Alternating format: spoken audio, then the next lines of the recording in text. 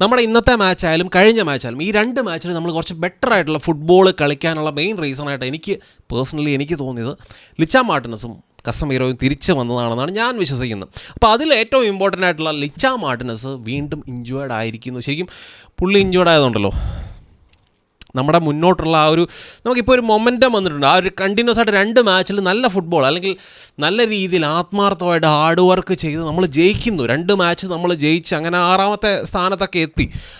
അപ്പോൾ അങ്ങനത്തെ ഒരു മൊമെൻറ്റത്തിൽ നിൽക്കുമ്പോൾ നമ്മുടെ ഏറ്റവും ഇമ്പോർട്ടൻ്റ് ആയിട്ടുള്ള പ്ലെയർ ലിച്ച മാർട്ടിനസ്, പുള്ളി ആസ് എ പ്ലെയർ അതുപോലെ തന്നെ as A leader on the field as A leader ഭയങ്കര ഇമ്പോർട്ടൻ്റ് ആണ്. അപ്പോൾ ഇന്നത്തെ മാച്ച് ശരിക്കും പുള്ളി ഇഞ്ചുവേർഡ് ആകുമ്പോഴത്തേനും എനിക്ക് ഒരു ഇഞ്ചുറി കണ്ടിട്ട് അല്ലെങ്കിൽ പുള്ളിയുടെയും അതുപോലെ തന്നെ ബാക്കിയുള്ളവരുടെയൊക്കെ റിയാക്ഷൻ കണ്ടിട്ട് എനിക്ക് തോന്നുന്നത് കുറച്ച് ഇഞ്ചുറി കുറച്ച് സീരിയസ് ആണെന്നാണ് എനിക്ക് തോന്നുന്നത്. കാരണം അങ്ങനെ ലിസാൻഡ്രോ മാർട്ടിനസിന് അങ്ങനെ 1 മാസം അല്ലെങ്കിൽ 1.5 മാസം അല്ലെങ്കിൽ അറ്റ്ലീസ്റ്റ് 1 മാസമെങ്കിലും ചിലപ്പം പുറത്തേക്ക് പോകാനുള്ള സാധ്യത ഉള്ളതായിട്ടാണ് എനിക്ക് തോന്നിയത് ഒരു ഇഞ്ചുറി കണ്ടിട്ട്. അപ്പോൾ അത്രയും പുള്ളി അടുത്ത 1 മാസത്തേന് നമ്മുടെ ടീമിൽ ഇല്ലെങ്കിൽ നമ്മൾ സ്ട്രഗിൾ ചെയ്യും. ഉറപ്പാണ് നമ്മൾ സ്ട്രഗിൾ ചെയ്യും.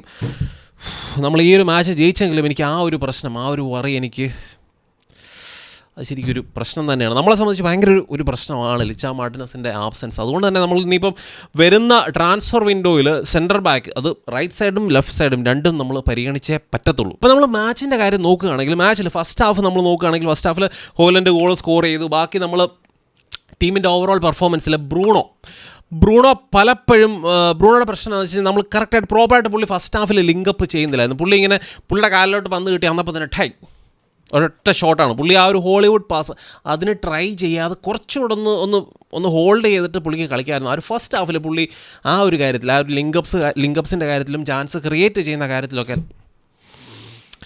ബ്രൂണോ ഭയങ്കര മോശമായിരുന്നു. അതുപോലെ തന്നെ രണ്ട് വിങ്ങേഴ്സും ഗർണാച്ചോ ആയാലും റാഷ്ഫോർഡ് ആയാലും ഇവർ രണ്ടുപേരും ഇവരുടെ രണ്ടുപേരുടെയും ഡിസിഷൻ മേക്കിങ്സ് അതുപോലെ തന്നെ കുറച്ച് സെൽഫിഷ്നെസ് പഴയ ഒരു സെൽഫിഷ്നെസ് വീണ്ടും കയറി ഫസ്റ്റ് ഹാഫിൽ വന്നു. അത് രണ്ടുപേരുടെയും ഗെയിമിനെ നല്ല രീതിയിൽ അഫക്റ്റ് ചെയ്യുന്നുണ്ട്. അതായത് ബാക്കിയുള്ള ഇപ്പം മഗ്വയർ ആയാലും ലിസാൻഡ്രോ മാർട്ടിനസ് ആയാലും കസമീറോ ആയാലും കസമീറോ ശരിക്കും പറഞ്ഞാൽ കസമീറോ ഒരു മിഡ്ഫീൽഡിൽ ബോൾ വിൻ ചെയ്താണ് ഫസ്റ്റ് ഗോൾ ഹോലൻഡ് അടിക്കുന്നത്. അപ്പോൾ അതാണ് ഞാൻ പറഞ്ഞത് കസമീറോടെയും ലിച്ചയുടെയും ഇമ്പോർട്ടൻസ് നമ്മുടെ ഈ ടീമിനെ സംബന്ധിച്ച്. കസമീറോ ലിച്ച ഇവർ രണ്ടുപേരും ഇല്ലാതെ ഇറങ്ങുക എന്ന് പറയുന്നത് ഭയങ്കര പ്രശ്നമാണ്. നമ്മൾ സ്ട്രഗിൾ ചെയ്യും. ഇവർ രണ്ടുപേരും ഇല്ലാതെ ഒരു മാച്ചിന് ഇറങ്ങുമ്പോൾ എന്താണേലും വലിയ ഓപ്പോസിഷനെതിരെ നമ്മൾ ഇറങ്ങുമ്പോൾ എന്താണേലും നമ്മൾ സ്ട്രഗിൾ ചെയ്യും. സെക്കൻഡ് ഹാഫിൽ ശരിക്കും മഗ്വയർ കുറച്ച് ഷേക്കി ആയിട്ടാണ് എനിക്ക് തോന്നിയത്. ഫസ്റ്റ് ഹാഫിൽ കുറച്ചുകൂടെ ബെറ്റർ ആയിട്ടുള്ള പെർഫോമൻസ് ആയിരുന്നു മഗ്വയർ. പക്ഷേ സെക്കൻഡ് ഹാഫിൽ മഗ്വയറിൻ്റെ ബാക്കിലേക്ക് ബോൾ പ്ലേ ചെയ്യുമ്പോൾ അല്ലെങ്കിൽ ഒരു ഹൈലൈൻ കളിക്കുമ്പോഴുള്ള പുള്ളിയുടെ ഒരു വീക്ക്നെസ് കുറച്ച് എക്സ്പോസ് ആകുന്നത് കണ്ടു. ഇടയ്ക്ക് ഒരു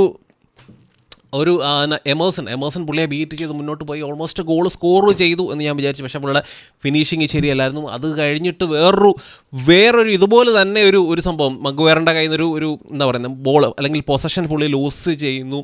പ്ലെയർ അറ്റാക്കിലേക്ക് വരുമ്പോഴത്തേനും ഡലോ ആണ് ശരിക്കും പോയിട്ട് ഒരു അറ്റാക്ക് ശരിക്കും നള്ളിഫൈ ചെയ്തത് ഡലോ ആണ്. അപ്പോൾ ഡലോ ശരിക്കും as a full back attacking വൈസും ഡിഫെൻസീവ്ലിയും നല്ല രീതിയിൽ കഴിഞ്ഞ കുറച്ച് മാച്ചസ് ആയിട്ട് ഇമ്പ്രൂവ് ആയിട്ടുണ്ട്. ഈ ഒരു സെക്കൻഡ് ഹാഫിൽ ശരിക്കും ഒരു ഫസ്റ്റ് ഹാഫിനെ അപേക്ഷിച്ച് കുറച്ചുകൂടി ഇമ്പ്രൂവ്ഡ് പെർഫോമൻസ് എനിക്ക് തോന്നിയത് ബ്രൂണോയും ഗർണാച്ചോ ശരിക്കും ഒരു ഗോളും കൂടെ സ്കോർ ചെയ്ത് കഴിഞ്ഞപ്പം പുള്ളിയുടെ ഡിസിഷൻ മേക്കിംഗ് ആയാലും അതുപോലെ തന്നെ പുള്ളി മറ്റുള്ളവരെയും കൂടെ കുറച്ചൊന്ന് പരിഗണിക്കാൻ വേണ്ടി തുടങ്ങി. ശരിക്കും ഗർണാച്ചോ കുറച്ചുകൂടെ ലിങ്കപ്പ് ചെയ്യുന്നു. ബെറ്റർ പൊസിഷനിലുള്ള ആൾക്കാരെ ഫൈൻഡ് ചെയ്യാൻ വേണ്ടി ഗർണാച്ചോ തുടങ്ങി. അപ്പോൾ അങ്ങനെ ഗർണാച്ചോയും ബ്രൂണോയും കുറച്ചുകൂടി ഇമ്പ്രൂവ്ഡ് ആയിട്ടാണ് ഒരു സെക്കൻഡ് ഹാഫിൽ എനിക്ക് തോന്നി. പക്ഷേ റാഷ്ഫോർഡ് വീണ്ടും ഒരു പഴയ സ്ഥിതി തന്നെയാണ്. മേ ബി അടുത്ത മാച്ചിൽ പുള്ളി തിരിച്ചു വരട്ടെ. ഒരു മാച്ചിൻ്റെ ഇതിൽ ഞാൻ പുള്ളിയെ പൂർണ്ണമായിട്ട് എഴുതി തള്ളുകയോ ക്രിട്ടിസൈസ് ചെയ്യുന്നില്ല. അപ്പോൾ നമ്മുടെ മൂന്നാമത്തെ ഗോൾ ഒരു ഗോൾ ശരിക്കും ഗർണാച്ചോയുടെ ഒരു ഗോൾ മിഡ്ഫീൽഡിൽ കാൾവിൻ ഫിലിപ്സിൻ്റെ സിറ്റി ഇന്ന് റീസെൻ്റായിട്ട് വെസ്റ്റ് ഹാമിൽ വന്ന കാൾവിൻ ഫിലിപ്സിൻ്റെ മിസ്റ്റേക്കിലാണ് മക്ടോമിനെ ഒരു ബോൾ പൊസിഷൻ റീഗെയിൻ ചെയ്ത് കൗണ്ടറിൽ ഗർണാച്ചോയെ ഫൈൻഡ് ചെയ്യുന്നു. ഗർണാച്ചോ ഒരു ഗോള് സ്കോർ ചെയ്യുന്നു. പുള്ളി കിടന്ന് ഫിനിഷ് എന്ന് വെച്ചാൽ പുള്ളിയുടെ കൺട്രോളൊക്കെ ലൂസ് ചെയ്തിട്ടാണെങ്കിലും പുള്ളി കിടന്നോണാണല്ലോ എങ്ങനെയൊക്കെയോ പുള്ളി ഫിനിഷ് ചെയ്ത് ഒരു ഗോള് പുള്ളി സ്കോർ ചെയ്തു. ശരിക്കും കാൾവിൻ ഫിലിപ്സ് സിറ്റി ക്വാളിറ്റി അല്ലെന്ന് നല്ല രീതിയിൽ വ്യക്തമായിട്ട് ബോധ്യം ഗോഡിയോളൊക്കെ ഉള്ളത് കൊണ്ട് തന്നെയാണ് പുള്ളി കാൾവിൻ ഫിലിപ്സിന് അവിടെ ചാൻസസ് കൊടുക്കാഞ്ഞത്. അപ്പോൾ അത് ഇന്നത്തെ മാച്ചിൽ വ്യക്തമായിട്ട് നമുക്ക് മനസ്സിലായി. മക്ടോമിനെക്കെതിരെ വരെ പുള്ളി സ്ട്രഗിൾ ചെയ്യണം. അപ്പം പുള്ളിയുടെ ലെവൽ എന്ന് പറയുന്നത് അങ്ങനത്തെ ഒരു ടോപ്പ് ടീമിലൊന്നും കളിക്കാൻ ഏബിൾ അല്ല എന്ന് സ്റ്റാമ്പ് ചെയ്യുന്ന രീതിയിൽ ആണ്. ഇപ്പോൾ ഒറ്റ പെർഫോമൻസേ ഉള്ളൂ. പക്ഷേ നമുക്ക് ഓൺ ഫീൽഡ് കാണുന്നതനുസരിച്ചല്ലേ നമുക്ക് പറയാൻ പറ്റത്തുള്ളൂ. അപ്പോൾ അതുപോലെ തന്നെ നമ്മൾ ഗർണാച്ചോ ഗോളൊക്കെ അടിച്ച് കഴിഞ്ഞപ്പോഴത്തേനും ആ ഒരു റൊണാൾഡോ സെലിബ്രേഷനൊക്കെ മാറ്റി. എല്ലാവരും പറയുന്നുണ്ട് പുള്ളിയുടേതായിട്ടുള്ള ഇൻഡിവിജ്വൽ സെലിബ്രേഷൻ വേണം എന്ന് പറയുന്നുണ്ട്. അതുകൊണ്ട് തന്നെ പുള്ളിയുടെ പുതിയ തരത്തിലുള്ള സെലിബ്രേഷൻ തുടങ്ങി. പുള്ളി ആ ഒരു അഡ്വർടൈസ്മെൻറ്റ് ബോർഡിലൊക്കെ കയറിയിരുന്ന് അപ്പോൾ അങ്ങനത്തെ സെലിബ്രേഷനൊക്കെ തുടങ്ങി. അപ്പോൾ ആദ്യത്തെ ഗോള് പുള്ളിയുടെ, അതായത് യുണൈറ്റഡിൻ്റെ രണ്ടാമത്തെ ഗോൾ, ഗർണാച്ചോയുടെ ആദ്യത്തെ ഗോളിൻ്റെ സമയത്ത് പുള്ളി സെലിബ്രേഷൻ്റെ രീതിയിൽ ഇതിൻ്റെ മണ്ടയ്ക്ക് കയറി ഇരുന്നപ്പോഴത്തേനും ബാക്കി ഹോയിലൻഡും ഗർണാച്ചോയും അതുപോലെ തന്നെ മെയിനോയും കൂടെ നമ്മുടെ ആ ഒരു ഫ്യൂച്ചർ ഷോക്കേസ് ചെയ്യുന്ന രീതിയിലുള്ള ആ ഒരു പെർഫെക്റ്റ് പിക്ചർ എന്ന് പറയാവുന്ന തരത്തിലാണ് ശരിക്കും ആ ഒരു സെലിബ്രേഷൻ. അപ്പോൾ അതൊക്കെയാണ് ശരിക്കും എനിക്ക് യുണൈറ്റഡിൻ്റെ പെർസ്പെക്റ്റീവിൽ എനിക്ക് പറയാനുള്ളത്. പക്ഷേ നമ്മൾ വെസ്റ്റ് ഹാമിൻ്റെ കാര്യം നോക്കിയാൽ വെസ്റ്റ് ഹാം നമുക്ക് എല്ലാവർക്കും അറിയാം, വെസ്റ്റ് ഹാം അങ്ങനെ പൊസിഷൻ ഒന്നും ഹോൾഡ് ചെയ്യുന്ന ടീമല്ല. അവരുടെ സ്ട്രെങ്ത് എന്ന് പറയുന്നത് കൗണ്ടർ അറ്റാക്ക്, അതുപോലെ തന്നെ സെറ്റ് പീസസ്. അപ്പോൾ കൗണ്ടർ അറ്റാക്കിലും സെറ്റ് പീസസ്, എസ്പെഷ്യലി നമ്മൾ ഫസ്റ്റ് ഹാഫ് നോക്കിയാൽ നമ്മൾ ഒത്തിരി ക്രൂഷ്യൽ ഏരിയാസിൽ, പിച്ചിൻ്റെ ക്രൂഷ്യൽ ഏരിയാസിലൊക്കെ നമ്മൾ ഫൗള് കമ്മിറ്റ് ചെയ്ത് സെറ്റ് പീസസ് വഴങ്ങുന്നുണ്ടായിരുന്നു. അപ്പോൾ അവിടെ ആ ഒരു വാട്ട് പ്രോസ് എന്ന് പറയുന്ന ആ ഒരു മനുഷ്യൻ അവിടെ ഉള്ളത് കൊണ്ട് തന്നെ അത് ഭയങ്കര ഒരു ഡേഞ്ചറാണ്.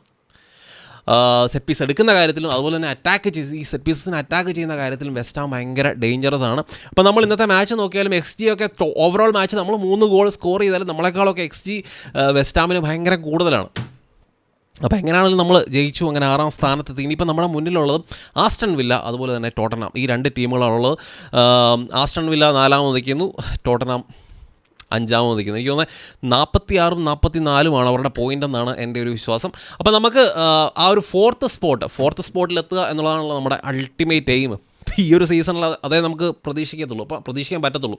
അപ്പം ആ ഒരു എയിം നമുക്ക് അച്ചീവ് ചെയ്യണമെങ്കിൽ ആ ഒരു 6 പോയിൻ്റ് ഡിഫറൻസ് ആണുള്ളത്. ഇനി മുന്നോട്ട് ഉള്ള മാച്ചസിൽ ഭയങ്കര ടൈറ്റ് കോമ്പറ്റീഷൻ ആയിരിക്കും. നമുക്കിനിയും തോക്കാൻ പറ്റത്തില്ല, മാച്ച് തോറ്റു കഴിഞ്ഞാൽ. അപ്പോൾ ആ ഒരു ഫോർത്ത് പൊസിഷൻ എന്ന് പറയുന്നത് ഇനിയിപ്പം ടാർഗറ്റ് ചെയ്യണം, നമ്മളത് ടാർഗറ്റ് ചെയ്താൽ പറ്റത്തുള്ളൂ. യുണൈറ്റഡ് എന്ന് പറയുന്ന ഒരു ടീം എന്നുള്ള രീതിയിൽ നമ്മൾ ആ ഒരു ഫോർത്ത് പൊസിഷൻ ചലഞ്ച് ചെയ്തേ പറ്റത്തുള്ളൂ. ആസ്റ്റൺ വില്ല, ടോട്ടനം ഇവരൊക്കെ പോയിൻ്റ് ഡ്രോപ്പ് ചെയ്യും എന്ന് നമുക്ക് പ്രതീക്ഷിക്കാം. നമ്മുടെ ഭാഗത്തു നിന്നുള്ള പെർഫോമൻസ് നടക്കട്ടെ. ലിച്ചായുടെ ആബ്സെൻസ് അത് വലിയൊരു പ്രശ്നം തന്നെയാണ്, അത് വലിയൊരു പ്രശ്നമാണ്. അപ്പോൾ ഇതൊക്കെയാണ് എനിക്ക് മാച്ചിനെ പറ്റി പറയാനുള്ളത്. അപ്പം നിങ്ങളുടെ അഭിപ്രായങ്ങളൊക്കെ നിങ്ങൾ തീർച്ചയായിട്ടും കമൻസ് ആയിട്ട് ഇടുക. മറ്റൊരു നല്ല വീഡിയോ ആയിട്ടാണ്. Glory Man United.